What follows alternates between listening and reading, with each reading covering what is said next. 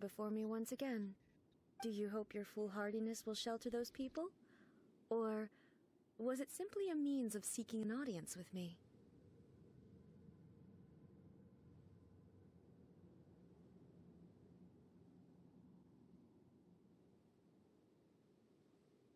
Oh? Surely you didn't rouse me from my state of eternal meditation only to tell me this. If so, then you underestimate me. I am quite not so. Only everything that pertains to eternity. The Vision Hut decree has my tacit approval. The Fatui's actions thus far do not constitute a threat to eternity. Otherwise, they would have been purged long ago.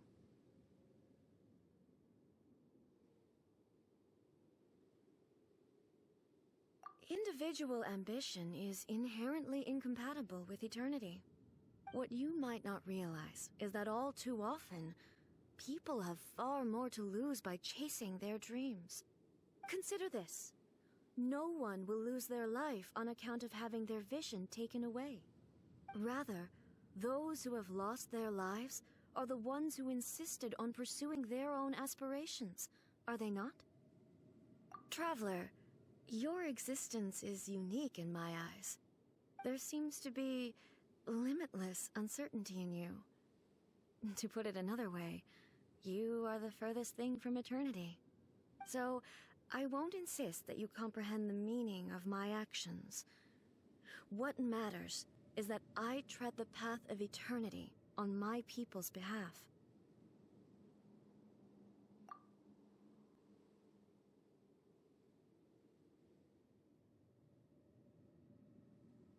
That's right. Huh. I'm surprised you understand it so well. Anyway, you're looking for a chance to shake my will, aren't you?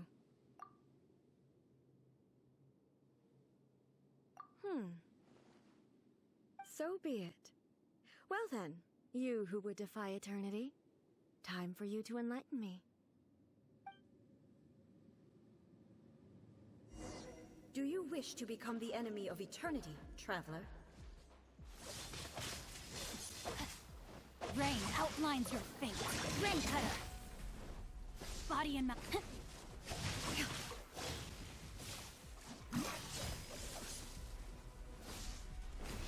Strike dead!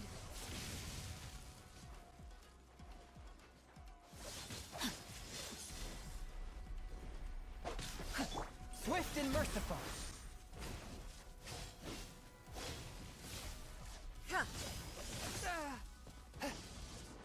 Right now, emerge.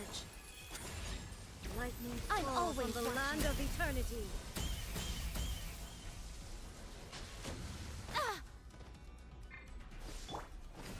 Strike dead! You are an enemy that requires special attention.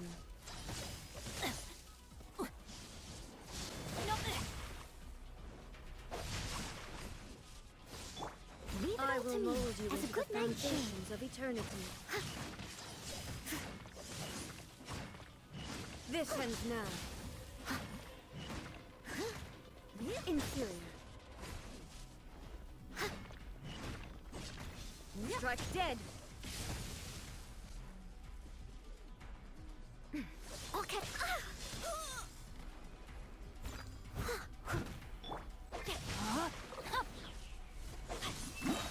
Let me leave you a verse. From whence you came!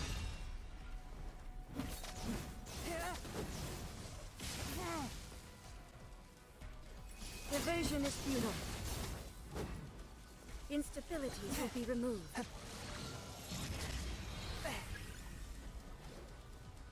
Inferior.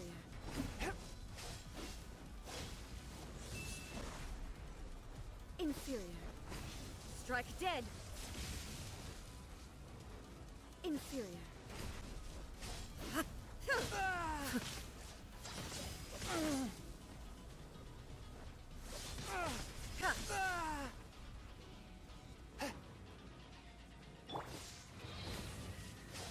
Time to act.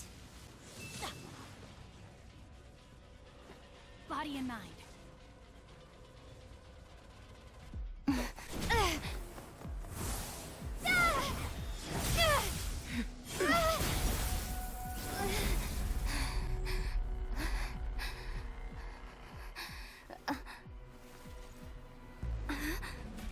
Dear me, aren't you cutting it rather close? Hmm? Miko, this was your doing? Now. Don't forget who taught you how to place your consciousness in objects. Surely you don't think your ambition alone is enough to shake A's will, do you? Though you alone are here, they too have ambitions, which they long since entrusted to you.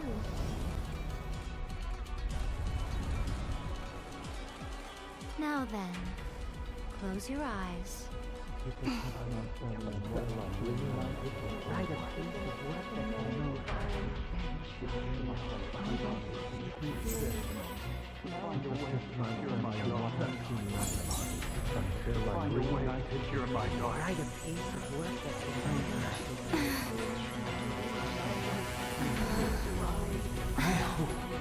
can abolish the Vision Hunt Decree.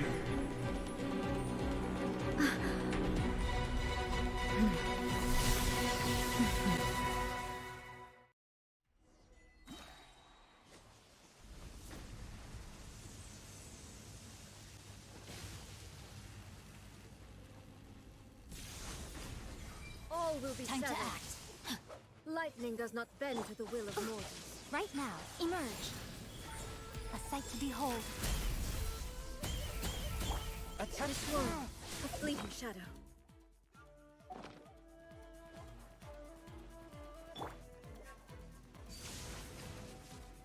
Know my sword. Witness the power of Gugwa. Forth, my blade! Spirit blade! Attack! Without yearning, all returns to silence.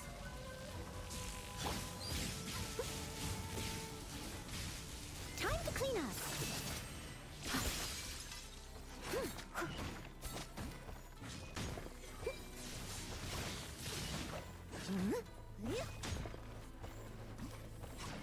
I'll catch up.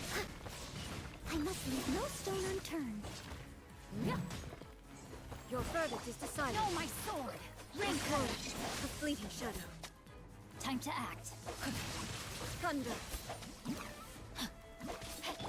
Swift and merciful! From Your whence verdict you is came! decided.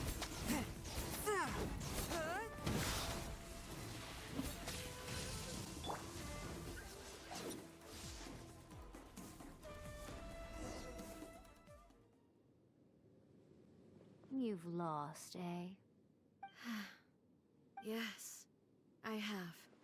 Why can you not trust your people, and in the power of their ambitions? These ambitions have transcended space and time. They are something that no one can snuff out.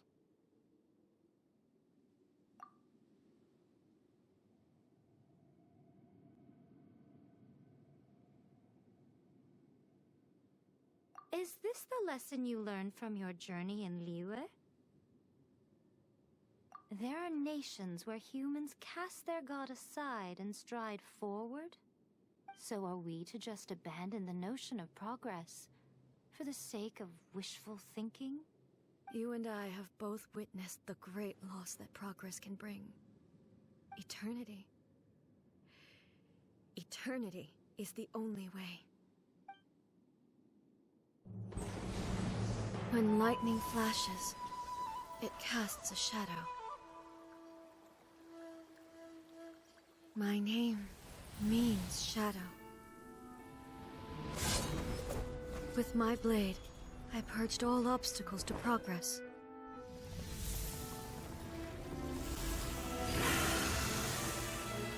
And yet, something was lost with each step forward.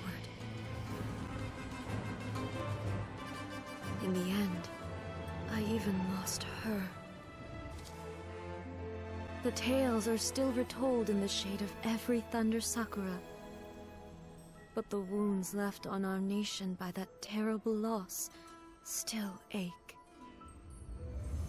Never stop searching, even if only for a brief flash of light. If nothing else, we have the present moment. She said that once. But I've seen a nation stride forward and lose everything to the heavenly principles. Perhaps only if time stands still will the lightning's glow never fade. The present moment is a fragile illusion. Only eternity can bring us closer to the heavenly principles. I am no longer the shadow. Mine is the most supreme and noble form. Let power over the realm be vested within me. In this form shall I honor my subjects' dream, for a land of eternity, unchanging forevermore. The heavenly principles. Irrelevant nonsense as far as I'm concerned. When all's said and done, all you really want is to protect your beloved Inazuma forever and ever. Isn't that right? That would be something of an oversimplification. But is this nation worth existing for eternity? Stripped of ambitions, stripped of the potential for change, it does nothing more than simply exist. It is a hollow shell of a nation. I wonder what loss would it really be to anyone if such a nation were destroyed? Miko, retract your words. Never changing eternity is the promise I made to my people. But what your people need from you is not your promises. They want your attention. Your divine gaze. You mean visions? Humans have a lifespan of barely 100 years. They cannot afford to bear any extra losses. But I have experienced it all. That is why I have chosen to guide them along the correct path toward eternity. But eternity is far too cruel a fate for you, eh? For me? Not only have you stopped paying attention to the world, but you have stopped paying attention to yourself. It must have been terribly lonely here, all alone, for centuries on end. But it is necessary. You will miss much by refusing progress. You seek to prevent loss, but have you considered all you are losing by remaining here in stasis for all eternity? You are obviously lonely. And yet, for the sake of eternity, you choose to stretch your loneliness out to infinity. Tell me this. Why is the sky here that was once so dark glowing again? Why now? This is your plane of euthymia. It's your inner world. So it can only mean that you are happy to see me again. You have found the loneliness here unbearable for a long time now, haven't you? I have nothing to say to that. But I have so much to say to you. Let me tell you all that has happened over the last few centuries. How long will that take? As a Fox envoy, I have an excellent memory. I recall every detail of the last few centuries with perfect clarity. So it will probably take me another few centuries to relay it to you.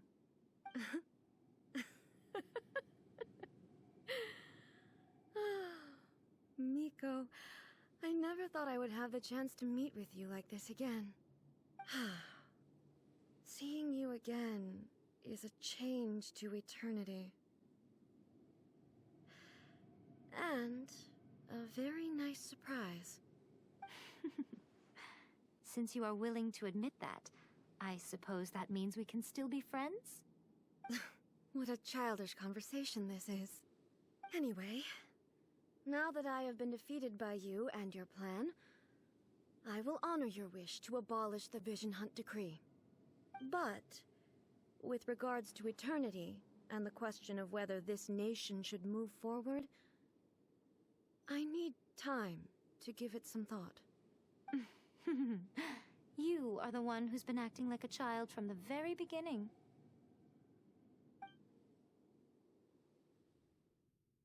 As promised, the Raiden Shogun abolished the Vision Hunt Decree.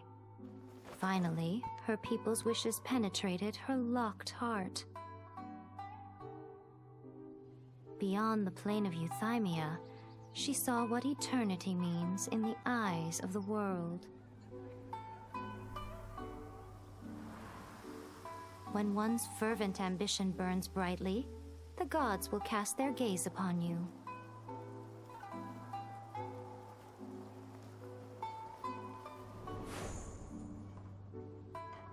Some ambitions have the power to heal wounds, to bring victory, to inspire hope.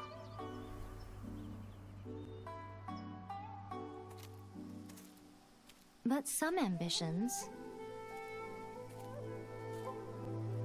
outlive their masters long after the soul ascends. They remain as they were in the beginning.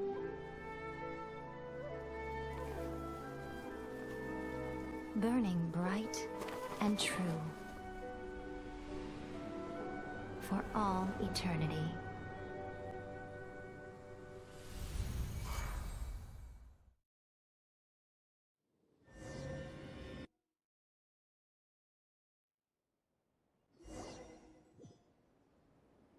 So what did you guys do in the Raiden Shogun's plane of euthymia anyway? Is the Vision Hunt Decree abolished? Oh, gotcha. Paimon was super worried, you know. So, maybe the reason Yaimiko is looking for us now is because she wants... Try again. Talk to the Electro Archos whenever you are troubled. Body and mind.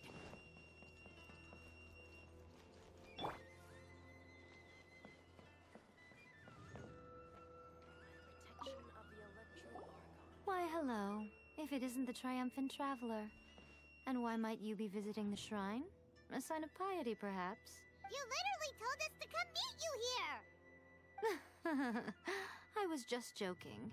I've been waiting for you. Seems like someone's in a pretty good mood. Mm-hmm. Catching up with an old friend I hadn't seen in years was truly delightful. By the way, I heard that you had a duel before the throne, with a Fatui Harbinger no less.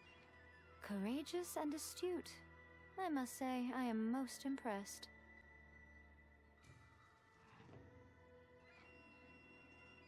Defeating Signora head-on in a duel means that your strength exceeds my expectations. Still, you did end up victorious. I gather congratulations are in order. Sure feels good to finally thwart the Fatui plan for once. They caused plenty of trouble along the way, but at the very least, they didn't get their hands on another Gnosis. Wait a second. Did you say Gnosis? As in, the little thing that looks something like a chess piece? Yep, that's the one. You've seen one too? Gnosis belong to the Seven. They're what keep them connected to Celestia. Oh. What's wrong? I handed that over. You did what now? Well, how else was I supposed to save your skin from the balladeer exactly?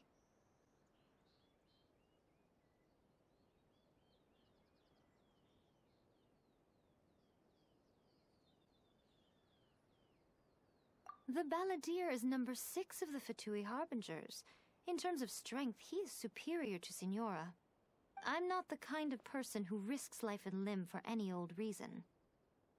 You did... for once, Paimon just does not know what to say. After A created her puppet vessel, she no longer had anywhere to put it. As her erstwhile closest friend, A handed it over to me, and I've kept it in the Grand Narukami Shrine ever since. She no longer needs the power of the Gnosis, and in any case, she tells me she has severed ties with Celestia. Thus the Gnosis became not only useless, but also a potential source of conflict. Is that not a good bargain, exchanging it for the one at the core of the plan? Judging by the results, at least, I dare say I struck a good deal. When you put it like that, Paimon has to agree. The Traveler is worth more than a Gnosis.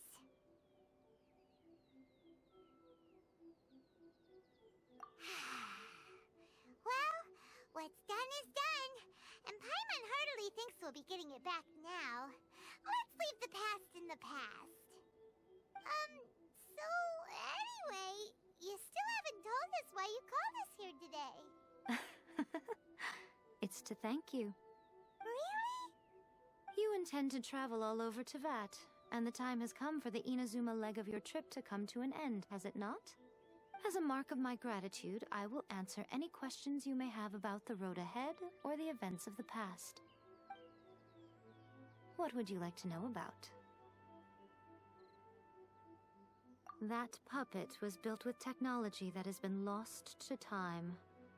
Perhaps she, as a god, is the only one privy to the knowledge of its origins. Still, there's one other thing on this topic that I suspect you may be curious to know. Before A began modifying her own godly form, she took it upon herself to create a prototype puppet. So, you mean there are 3 Raiden Shoguns? No, the prototype was merely a proof of concept. Its appearance and intellect were not based on A. It was a test. The original plan was for A to simply discard it. But perhaps A thought this to be too cruel, because in the end she chose only to seal the power within it. Later, this puppet wandered Inazuma as an ordinary human male with his own consciousness, until the Fatui took an interest in him. Ugh! Not the Fatui! Some eccentric geniuses in the ranks of the Fatui made adjustments to the prototype, not only unsealing his power, but very likely rendering him even more formidable than his original specifications. The object of divine creation is now the one who has taken possession of the Gnosis, and the prototype puppet is now known as the Balladeer. What a crazy story! It is, isn't it? Who can say whether it's coincidence or destiny? That puppet was built with technology that has been lost to time. Perhaps she, as a god, is the only one privy to the Still, before A So... No, the original plan... Later, some eccentric geniuses in the ranks of the... It is, isn't it? Who can say whether it's... I'm surprised an outlander like you is aware that there was once a change of Electro Archon. Few citizens of Inazuma are aware of this. Morat's told us. He said that the Electro Archon Ball has passed away. Yes. The truth of the matter is that there were 2 twin gods, Baal and Beelzebul. Twin gods? They won the Archon War together, and when Baal established the shogunate, Beelzebul became her Kagemusha, or shadow warrior. In other words, she acted as Baal's body double. Beelzebul is A, with whom we are now both acquainted. Baal's name was Makoto. As far as the world was aware, there were not 2, but 1. They complemented each other, and they ruled Inazuma jointly, so there was no need for the public to know the truth. In fact, the name Baal and the title of Raiden Shogun was understood to refer to both of them. Right up until... Until what? Makoto died several hundred years ago in a war that I was not personally involved in. Since then, A has assumed the shogunate. Losing her sister must have been super hard on A.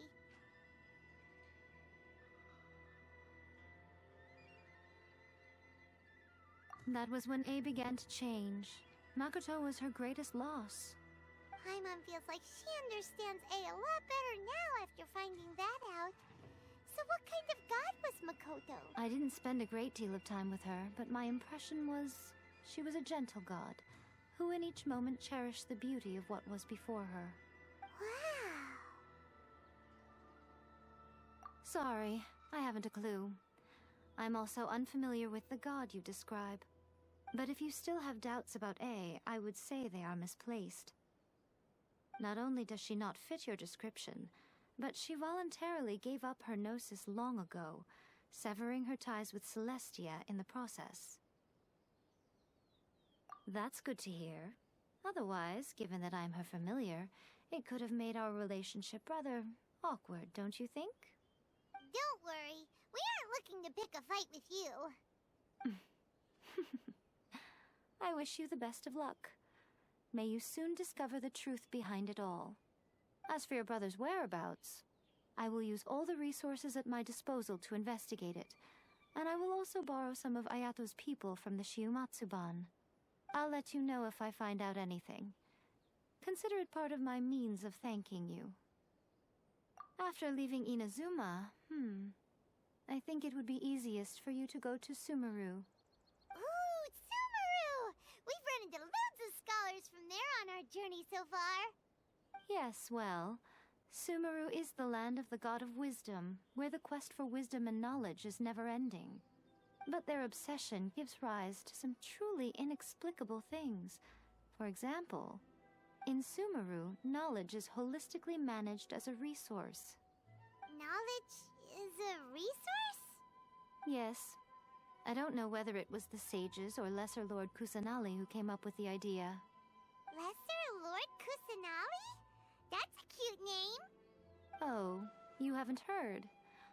Lesser Lord Kusanali is the deity in whom the people of Sumeru place their faith. It's their chosen term of endearment for her.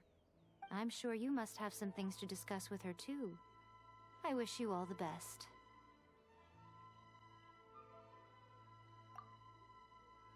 Are you sure? Okay then. Oh, Traveler, do you still have the omamori I gave you? Keep it safe.